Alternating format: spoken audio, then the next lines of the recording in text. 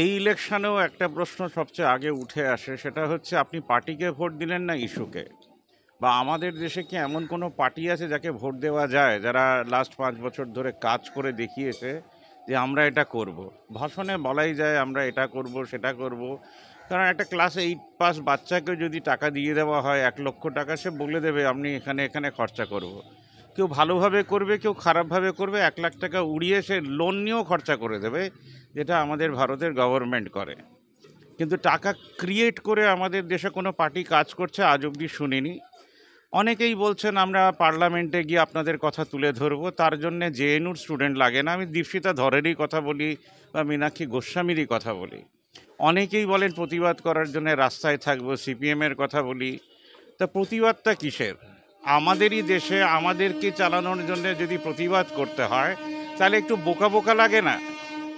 কংগ্রেস টাকা আসলে কাদের কাদের দেবে একদম জেনুইনলি প্ল্যান করে দিয়েছে এবং তারা করেও দেবে। যদিও তাদেরই কথা যে 100 টাকায় 15 টাকা নিচের লেভেলে পৌঁছায়। আমাদের দেশের ট্রেনগুলো গন্তব্যস্থলে পৌঁছে যায়, কিন্তু ভাষণ কোনো দিন কোনো লক্ষ্যে পৌঁছায় না। এইবারও জনগণ হারছে 2024-এর ইলেকশন। সাধুরাও রাস্তায় নেমে পড়েছেন, তারাও দিকবিদিক শূন্য হয়ে পড়েছেন। একটা চিফ মিনিস্টারের ডায়লগ, একটা শুভেন্দুর ডায়লগ, একটা পিএমের ডায়লগ, এটাই কি যথেষ্ট ছিল সাধুদের রাস্তায় নামা?